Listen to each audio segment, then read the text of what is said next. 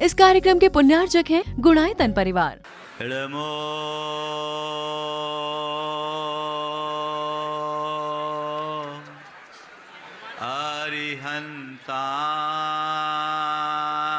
अरिहन्ताणम्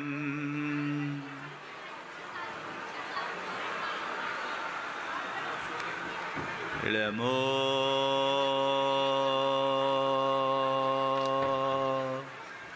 सिद्धाणम्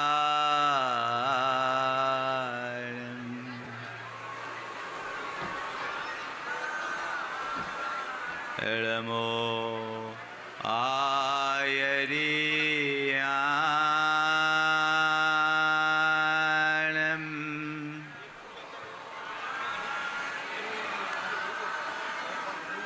इळमो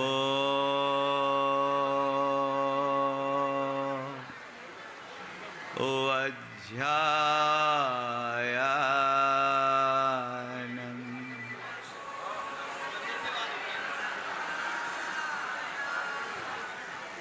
नमो लोये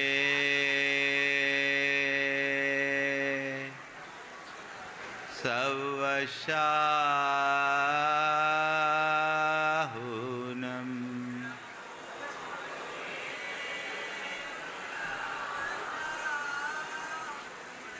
एसो पंच इळमोयारो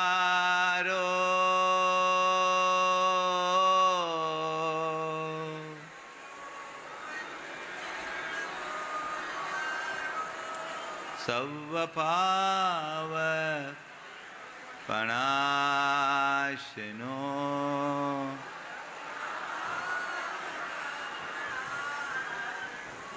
मंगलाळं च सवेसिम्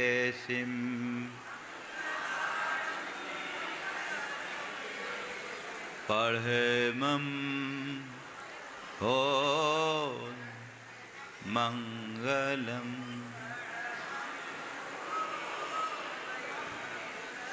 जय बोलो देवादिदेव खदराट श्री भगवान महावीर स्वामी की जय जय जय। अहिंसा परमो धर्म की जय जय जय। परम पूज आचार्य गुरुवर श्री विद्यासागर जी महाराज जय जय जय। नवाचार्य श्री समय सागर जी महाराज की, पूज मुनिवर श्री प्रमाण सागर जी महाराज की, पूज मुनिवर श्री निर्वेक सागर जी महाराज की, पूज मुनिवर श्री संधान सागर जी महाराज की, नव दीक्षित मुनि श्री वृषभ सागर जी महाराज की नमस्ते।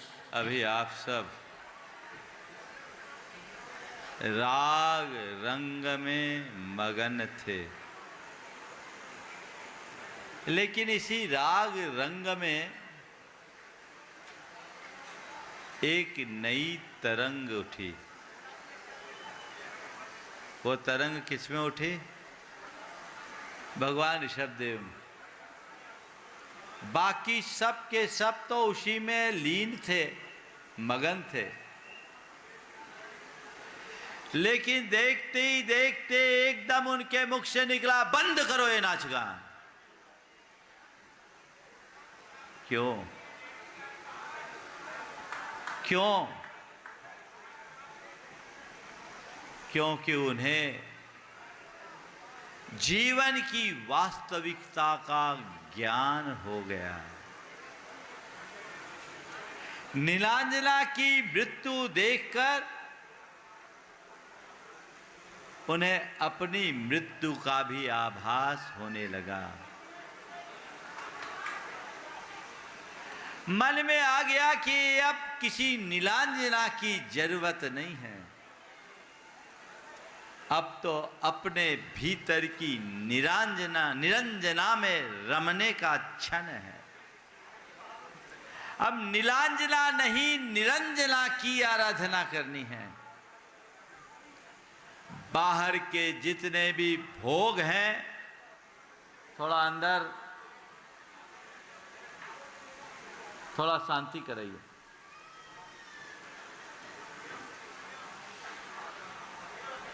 भैया जी को बोलिए थोड़ा शांति कराएं। मैं आपसे कह रहा था, बाहर के जितने भी भोग है, वैभव है, पदार्थ है, सामग्री है, वो नीलांजना की तरह नश्वर है और भीतर का योग है, भीतर का गुण वैभव है, भीतर की समृद्धि और सत्ता है, वह निरंजना है, शाश्वत है। बस इसी यथार्थ के बोध के कारण भगवान ऋषभदेव निकल पड़े। अब नहीं चाहिए राजपाट, नहीं चाहिए धन वैभव, नहीं चाहिए भोग सामग्री। उनका सारा व्यामोह दूर हो गया। उनके हृदय में एक वज्र संकल्प प्रकट हुआ। वह अपनी शाश्वत आत्मा को के कल्याण का, अपनी अंतर आत्मा के उत्थान का और उसी संकल्प के परिणाम स्वरूप वे चल दिए। आपने देखा, दीक्षा ले ली। एक नीलांजना की मृत्यु देखकर उनने सब कुछ छोड़ दिया। तुम रोज न जाने कितने की मृत्यु देखते हो, तनिक भी विचार आता है क्या? बोलो, तनिक भी विचार आता है? कोई विचार नहीं। रोज अखबार में पढ़ते आप लोग, 3 मरे 13 घायल। लेकिन इन सब खबरों को एक सूचना की तरह पढ़कर सुनकर आप इग्नोर कर देते हैं। काश ये सूचना हमारे अंदर की चेतना को जगा दे, तो जीवन का काया पलट हो जाए। भगवान ऋषभदेव ने दीक्षा धारण की, इसलिए नहीं कि उनके पास कुछ नहीं था, बल्कि इसलिए कि जो कुछ उनके पास था वह सब उन्हें तुच्छ लगने लगा, उन्हें व्यर्थ और निरर्थक दिखने लगा। और इसी भावना और प्रेरणा से प्रेरित होकर उन्होंने मन में संकल्प लिया कि अब व्यर्थ के लिए नहीं, अब परमार्थ के लिए जीना है। निकल गए, उनने दीक्षा ली। आप सबके मन में कुछ हलचल हुई? हाँ, हो रही है, अभी तो हो रही सभा में, लेकिन बाहर निकलते ही सब वही राग रंग। 4 बातें आज के इस प्रसंग में मैं कहना चाहूंगा। दीक्षा क्या,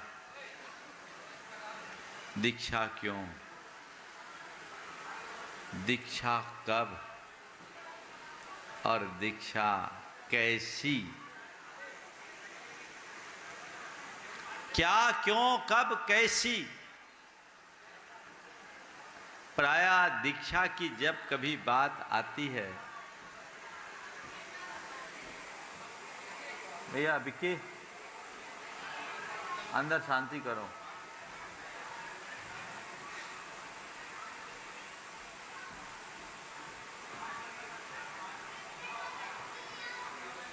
अंदर शांति कीजिए।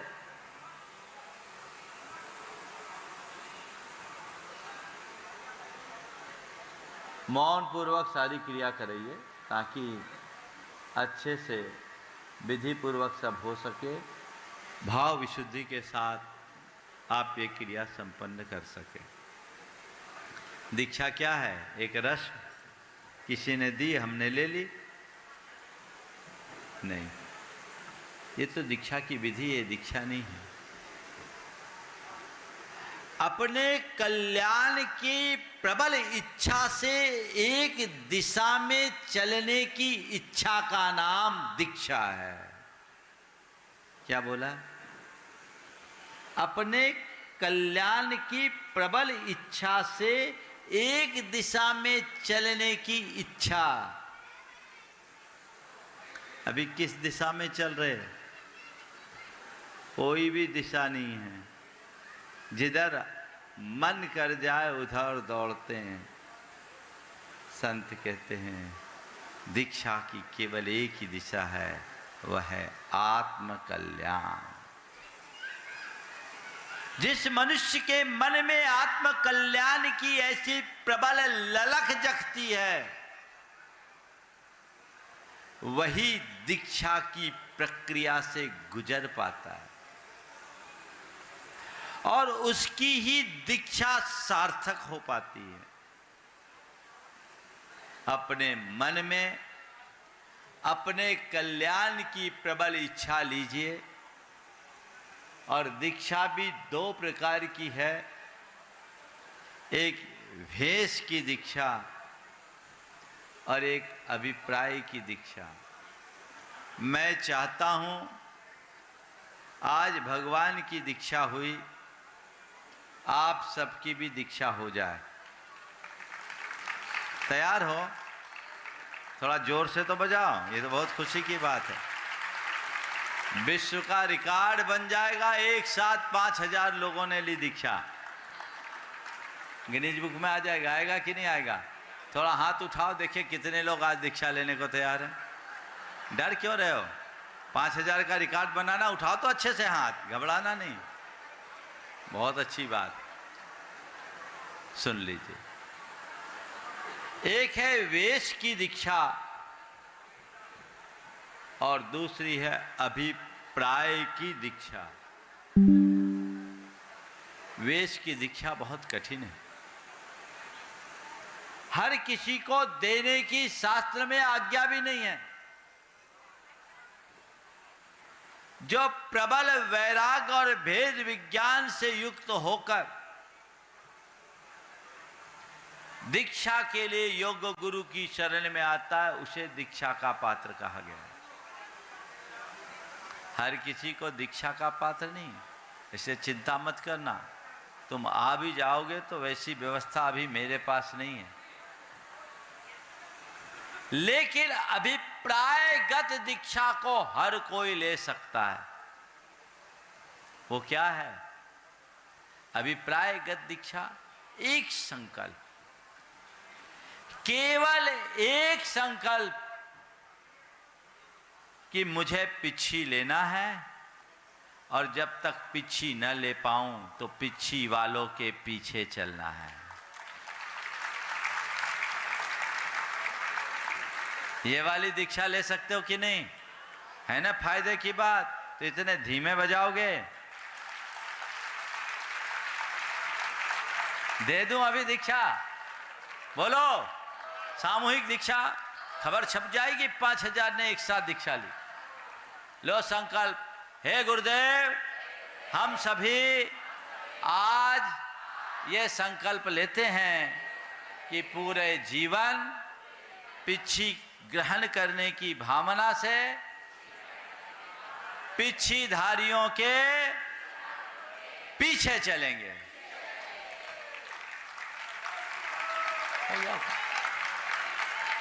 बस। और मैं तो कहता हूं, लोग भजन गाते पिच्छी वाले के पीछे चलो, तुम पीछे की चिंता न करो, अपने यहां अनुकरण कीजिए। पिच्छीधारी के पीछे चलने का मतलब बैरागी के पीछे चलना, और बैरागी के पीछे चलने का मतलब बैराग को अपने जीवन का आदर्श बनाना। संसार का राग मंद होना चाहिए। अभी तो लोग राग रंग में ही रंगे हुए, उसी में रचे पचे हैं। जिस पल तुम्हारे मन में संसार की नश्वरता का भान होने लगेगा, आत्मा की अमरता का बोध जग जाएगा, उसी क्षण तुम्हारी दिशा और दृष्टि बदल जाएगी। जैसा कि भगवान ऋषभ देव के साथ हुआ। जीवन का कोई भरोसा नहीं, कब क्या घटना घट जाए। इसलिए इससे पहले कि ऐसी कोई बात हो, हमें रास्ता पकड़ लेना चाहिए। भोगों के मध्य रहते हुए भी भोगों की आसक्ति से बचना ही अभिप्रायगत दीक्षा है। और भोगों की आसक्ति से बचने का उपाय क्या है पता है? भोगासक्ति से बचने का उपाय क्या है? एक ही उपाय, अपनी मृत्यु को याद रखना। मौत सामने आए ना तो सारे राग रंग खत्म हो जाते हैं। मैं आपसे पूछता हूं, आप कहीं गए हैं 2-3 दिन की लंबी यात्रा करके थके हारे, रास्ते में आपकी जेब भी कट गई, अटैची भी चोरी हो गया, पर्स भी चला गया, एटीएम भी खत्म हो गया, और 3 दिन की यात्रा करके भोपाल से चेन्नई पहुंचे। ना आपके पास फोन है ना कोई संपर्क है, अब क्या करें? 3 दिन से भूखे प्यासे। एक व्यक्ति का नंबर याद आया, आपने उसे फोन से सूचना दी, किसी दूसरे के फ़ोन से। उसने आपका आत्मीय स्वागत किया, आपको अपने घर बुलाया, बढ़िया खिलाया पिलाया और आपके सोने के लिए बढ़िया कमरा खोल दिया, बिल्कुल वातानुकूलित।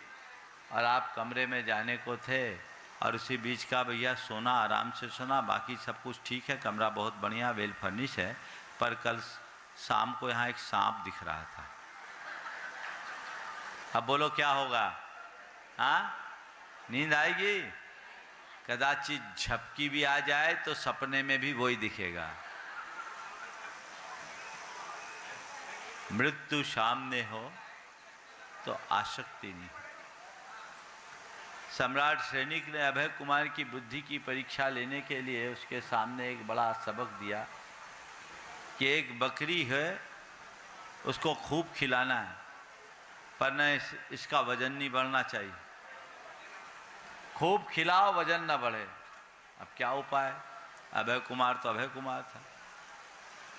अभय कुमार ने कहा हो जाएगा। ने क्या किया? बकरी को खिलाए और सामने पिंजड़े में एक शेर रख दिया। बकरी खाए, मन लगाकर खाए, और पेट भरने के बाद जैसी शेर पर नजर पड़े उसका खून सूख जाए। शेर को देखे खून सूख जाए। 15 दिन तक ऐसा चला। 15 दिन बाद जब सैनिक के पास उपस्थित किया गया, देखा तो बकरी का वजन बिल्कुल जोखा तो था। राजा ने अपने मुखबिरों से, खुफिया एजेंसी से पता किया, इसके खिलान पिलान में कोई कमी नहीं। बोले बढ़िया से बढ़िया खिलाया गया, कोई कमी नहीं। फिर इसका वजन क्यों नहीं बढ़ा? बोले महाराज, इसका वजन न बढ़ने का एक ही रहस्य है, वह है सामने शेर। मैं भी आपसे कहता हूँ, दुनिया में कितनी मगन रहो, काल रूपी शेर को सामने रखो, तुम्हारा वजन नहीं बढ़ेगा, तुम्हारी आसक्ति नहीं बढ़ेगी। मृत्यु को सामने रखो। जिंदगी राह पर नहीं आती, मौत जब तक नजर नहीं आती। मृत्यु सामने हो तो आसक्ति मिट जाती। अभी आपसे कह दिया जाए कि आपकी ज्यादा आयु नहीं बची तो क्या करोगे? बोलो। हाँ हाँ, क्या करोगे? दुनियादारी में रमोगे कि धर्म ध्यान में लगोगे? हाँ, है ना? आज सुबह सुबह भगवान ने मुझे एक दिव्य ज्ञान दिया, बता दूं? हाँ, वो दिव्य ज्ञान देकर भेजा कि आज जितने लोग सभा में आए ना, उन सबसे बता देना कि उनकी ज़्यादा उम्र नहीं बची। आज सोमवार है, इतवार तक साफ हो जाएंगे। मंगलवार है तो अगले सोमवार तक साफ हो जाएंगे। अब बोलो क्या करना है? बचनों पर भरोसा है तो अगले मंगलवार को दिखोगे, कोई ठिकाना नहीं है। सोमवार तक कहानी खत्म। अब क्या करोगे? आप लोग तो समझ रहे हो महाराज मजाक कर रहे हैं, लेकिन हकीकत यही है, जब भी मरोगे तो इन्हीं 7 दिनों में ही मरोगे। 8वां दिन कोई नहीं है। बस ये बात अपने मानस में अंकित कीजिए, तब वैराग्य होगा। और ऐसा भावनात्मक वैराग्य मन में जग जाए, दीक्षा हो गई। दीक्षा क्यों? अपने कल्याण के लिए, कल्याण के लिए। क्यों? बाकी जितने भी आलंबन हैं वे सब अवरोध हैं, रास्ता रोकने वाले हैं, ये बाधाएं हैं। इन बाधाओं का जब तक हम निवारण नहीं करते तब तक जीवन का कल्याण नहीं। और इसीलिए भगवान ने घर परिवार राजपाट वैभव सब छोड़ा। क्या जरूरत थी उनको? आराम से राज में राजा राज करते, पर उन्हें बाहर राज नहीं करना था, उन्हें अपने भीतर राज करना था। अपने आत्म वैभव की चिन्मयी को प्राप्त करने के लिए ये दीक्षा जरूरी है। कुछ लोग कहते हैं महाराज कुछ शॉर्टकट बता दो। एक बार एक ने कहा महाराज हम पचड़े में नहीं पड़ना चाहते, आप जैसा कठिन रास्ता क्यों, हम तो भरत चक्रवर्ती के अनुयायी हैं, भरत जी घर में ही बैरागी है ना। मैं ऐसे लोगों से कहता हूँ भरत चक्रवर्ती घर में बैरागी थे या नहीं मुझे नहीं मालूम, पर वो बैरागियों के चरणानुरागी थे, समझ गए। और भरत चक्रवर्ती को केवल ज्ञान भले अंतर मुहूर्त में हुआ, पर घर में हुआ कि दीक्षा लेने के बाद हुआ?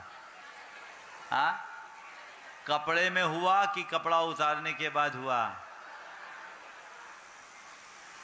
समझ रहे बात को? बैरागी बनने का लक्ष्य रखो, जब तक बैरागी नहीं बन पाओ बैरागियों के चरणानुरागी बनो। और लक्ष्य रखो, आचार्य कुंद कुंद कहते हैं परिवज्जदु सामन्नम जदि छदि दुख परिमोक्षम। यदि अपने दुखों का अंत करना चाहते हो तो सामान्य को अंगीकार करो, दूसरा और कोई रास्ता नहीं है। उसे अंगीकार करके आगे बढ़ो, जीवन का पथ उसी में प्रशस्त होगा। इसलिए दीक्षा ली जाती है कल्याण के लिए, कोई दूसरा रास्ता नहीं है कि तुम कोई शॉर्टकट सोचो।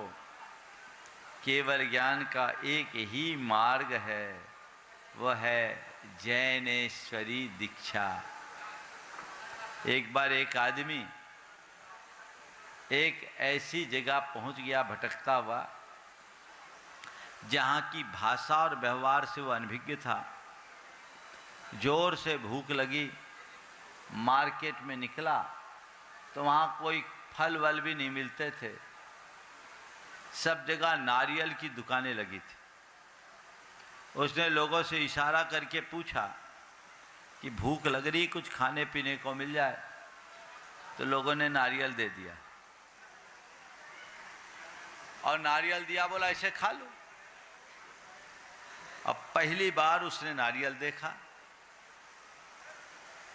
8-10 नारियल ले लिए झोले में भर के और बस्ती से बाहर एक किनारे पर बैठकर वो नारियल खाना शुरू किया।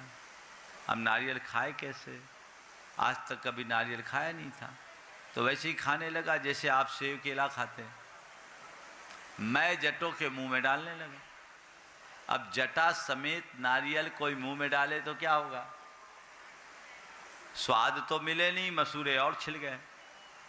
उसने एक एक करके नारियल को मुंह में लिया और फेंकना शुरू कर दिया और लगा बड़बड़ाने, पता नहीं ये गांव के लोग कैसे हैं, परदेशियों को भी बेवकूफ़ बनाते हैं। मैं भूखा था, पूछा कि कुछ खाने के लिए मिले तो ये दे दिया। तभी उधर से एक व्यक्ति निकला, वो उसकी भाषा समझता था। उसने पूछा क्या बात है बंधु, इतने परेशान क्यों? बोले देखो ना, मैं बहुत भूखा था, भटक कर यहाँ आया, खाने की इच्छा से लोगों से मांगा तो ये फल दिए, पर ये फल तो ऐसे कि दांत तोड़ते हैं, मैं क्या करूं, देखो मेरे मसूड़े छिल गए, खून आ रहा है। बोले भैया ये श्रीफल है, बहुत अच्छे स्वादु फल है। क्या बोलते हो, यही दांत तोड़ने वाले फल? बोले नहीं भाई, आप परेशान न हो, ये बड़े उत्तम फल है, ये श्रीफल है, आप इनका सेवन करो। बोले कैसे? मैं तो नहीं करूँगा, मेरे तो मसूड़े छिड़ गए, अभी और करूँ तो और चले, मैं भूखे रहना पसंद। बोले नहीं नहीं ऐसा मत करो। कहाँ है वो फल? देखा, बोला ये श्रीफल। बोले चिंता मत करो। आपने कैसे खाया था? बोले खाया से खाया जाता है, जैसे हम खाया जाता है, हमने सेब और अमरूद की तरह खा लिया। बोले भैया ये श्रीफल है, ये ऐसे नहीं खाए जाते, ये श्रीफल है, ये ऐसे नहीं खाए जाते।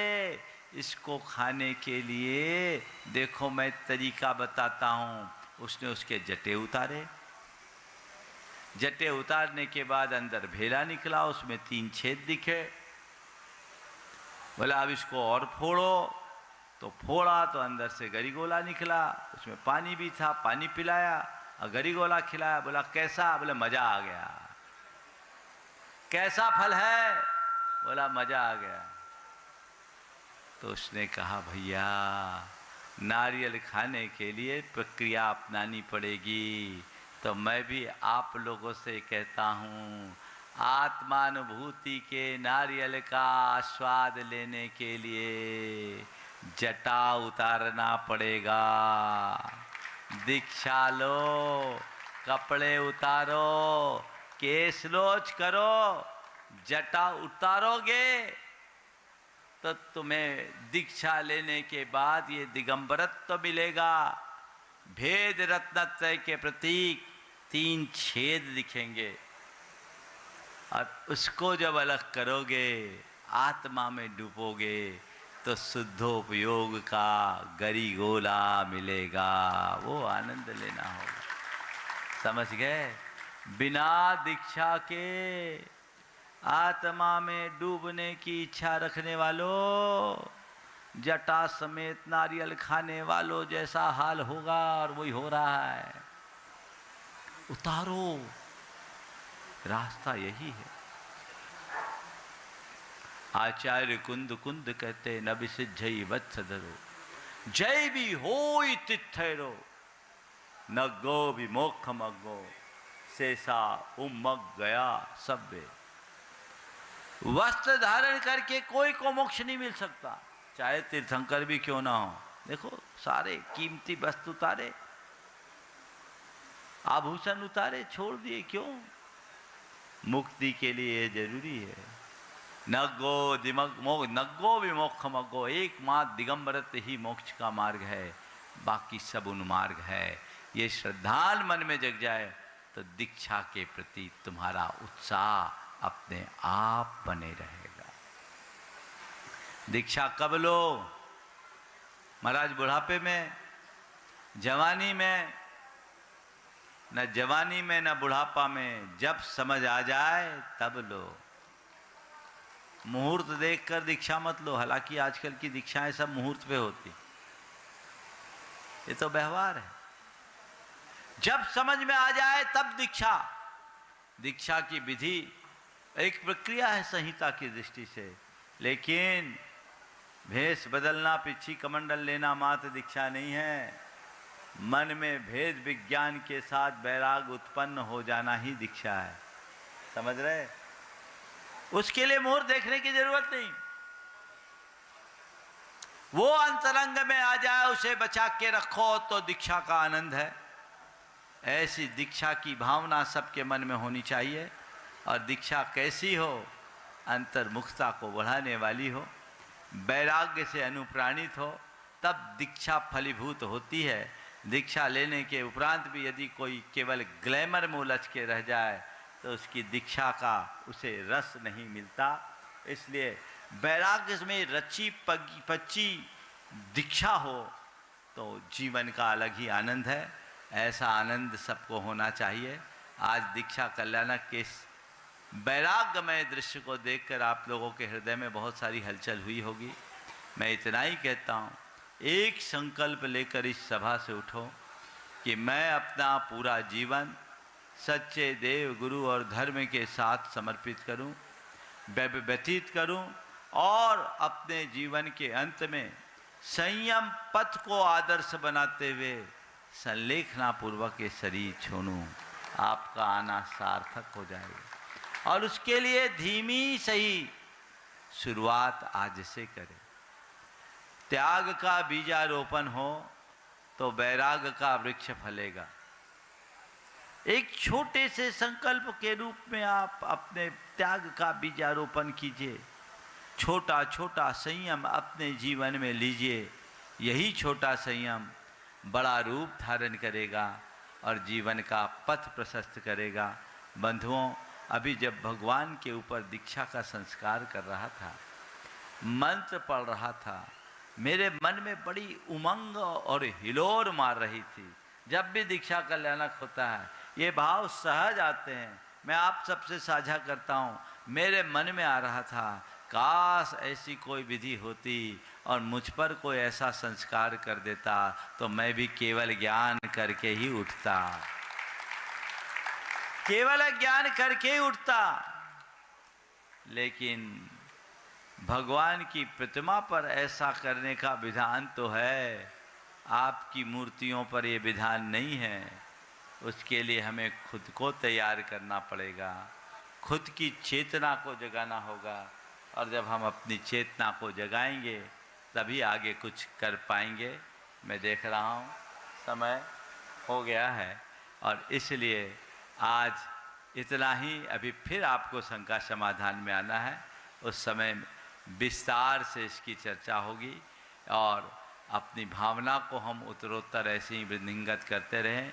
पंच कल्याणक तो कल के बाद परसों पूरा हो जाएगा, लेकिन हमें अपने कल्याण का मार्ग पकड़ने की कोशिश करनी है। ये मार्ग हमारे पकड़ में आए तभी हमारा यहाँ आना सार्थक होगा। बोलिए अहिंसा परमो धर्म की। इस कार्यक्रम के पुण्यार्जक थे गुणायतन परिवार।